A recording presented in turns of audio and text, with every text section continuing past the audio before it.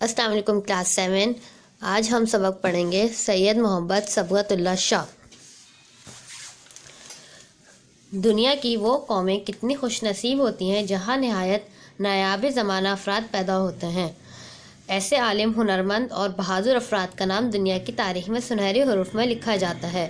سندھ میں بھی ایسے کئی بے مثال بہادر لوگ ہو گزرے ہیں۔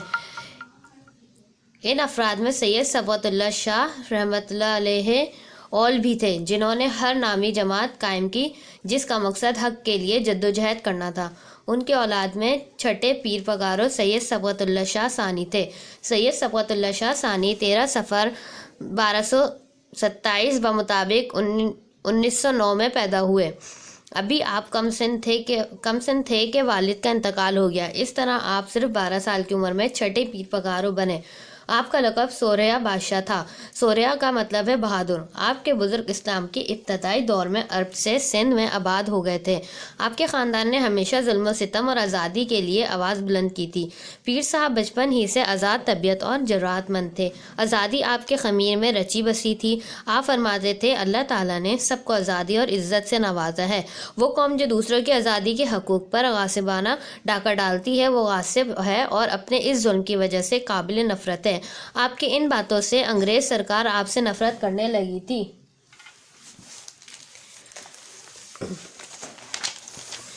سید صبغت اللہ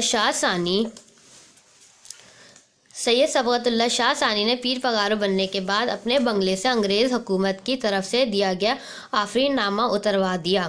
انگریز سرکار کے دل میں تو پہلے ہی آپ کی طرف سے بغض بھرا ہوا تھا۔ اس نے برہم ہو کر آپ پر جھوٹا مقدمہ قائم کر دیا۔ پیر صاحب کی طرف سے یہ مقدمہ قائد اعظم محمد علی جناح نے لڑا۔ انگریز حکومت یہ مقدمہ جیت گئی۔ قائد اعظم نے جج کی ناانصافیوں اور جھوٹی شہادتوں پر شدید احتجاج کیا، مگر جج نے انگریز حکومت کی طرفداری کرتے ہوئے پیر صاحب کو 10 سال قید کی سزا سنا دی۔ پیر صاحب نے حوصلہ نہ ہارا۔ جیل میں پیر صاحب نے ایک کتاب لکھی جس میں آزادی کی نعمت کا شعور بیدار کیا۔ آپ نے ہندوستان کی سیاست اور انگریزوں کی غیر منصفانہ پالیسی، لڑاؤ اور حکومت کرو کے خلاف ایک سیاسی منشور مرتب کیا۔ جیل سے رہا ہونے کے بعد آپ نے مریدوں کی اصلاح کی طرف توجہ کی۔ آپ رات کے وقت درویشانہ لباس پہنتے اور گھوم پھر کر مریدوں کی تربیت کرتے۔ پیر صاحب اپنے مریدوں کو سادگی اور کفایت شعاری اپنانے کی تلقین کرتے تھے۔ آپ نے اپنے مریدوں کو ولایتی کپڑے استعمال نہ کرنے کی ہدایت کی جس پر انگریز حکومت آگ بگولا ہو گئی، لیکن اس نے مکارانہ چال سے آپ کو خوشامد کے ذریعے رام کرنے کی کوشش کی۔ اس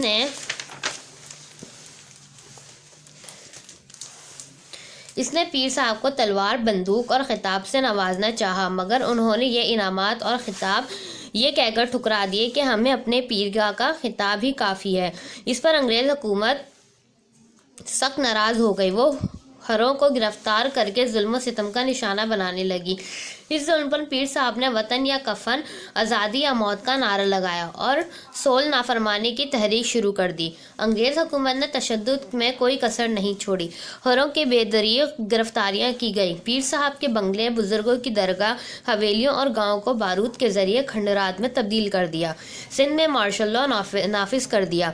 سوریا بادشاہ پیر صبغت اللہ شاہ پر بغاوت کا مقدمہ قائم کر کے انہیں گرفتار کر لیا گیا، مگر یہ تمام مصیبتیں ہروں اور پیر صاحب کے پائے استقلال کو متزلزل نہ کر سکیں۔ مردوں، بچوں اور بوڑھوں کے ساتھ عورتوں نے بھی اس جہاد میں حصہ لیا۔ سندھ کے یہ حریت پسند پولیس اور انگریز فوج کا مردانہ وار مقابلہ کرتے رہے۔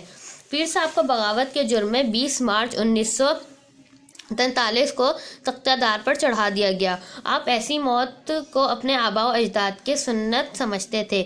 آپ نے قربانی دے کر آزادی کی ایسی شمع روشن کی جس سے 4 سال میں غلامی کے اندھیرے اجالے میں بدل گئے اور 14 اگست 1947 کو پاکستان وجود میں آ گیا۔ اللہ حافظ۔